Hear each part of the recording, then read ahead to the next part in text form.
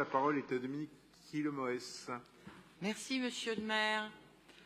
Effectivement, nous avons la chance en France d'organiser la Coupe du monde de rugby en 2023 et ce sera également l'occasion, et c'est un peu la suite logique de la délibération précédente, d'avoir la Coupe internationale de rugby fauteuil effectivement à la suite.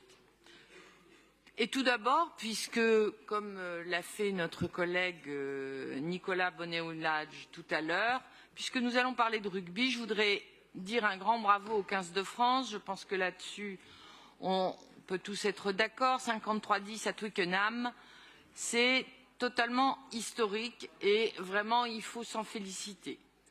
L'une des plus belles victoires des Bleus, un match plein d'espoir à quelques mois de cette Coupe du monde de rugby, qui se déroulera en France du 8 septembre au 28 octobre.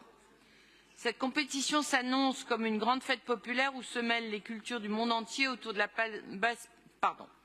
la passion du ballon ovale. Et dans la tradition des valeurs du rugby, nous avons souhaité que cela soit aussi un grand moment de partage et de solidarité. La Coupe du monde est une opportunité pour faire la promotion du rugby, donner l'envie aux jeunes de s'y mettre.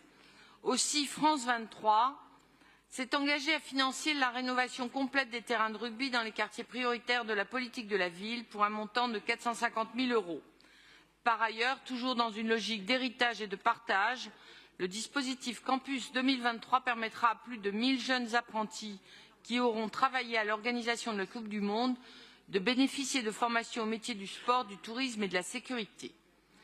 Afin d'associer un maximum de Parisiens à la fête, 1000 places seront offertes aux Parisiens les plus défavorisés qui assisteront à 2 matchs au Stade de France.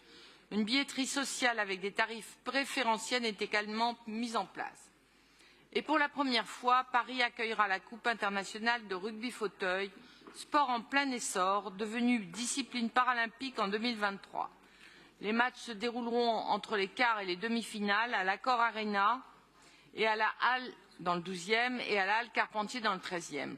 L'objectif est de profiter de la médiatisation de la Coupe du monde pour faire la promotion de ce parasport qui se distingue par sa mixité avec des équipes composées de femmes et d'hommes ainsi qu'une pratique assez spectaculaire en fauteuil roulant équipé de pare-chocs. Il vaut mieux, hein. La compétition rassemblera les 8 meilleures nations du classement international ainsi que la France.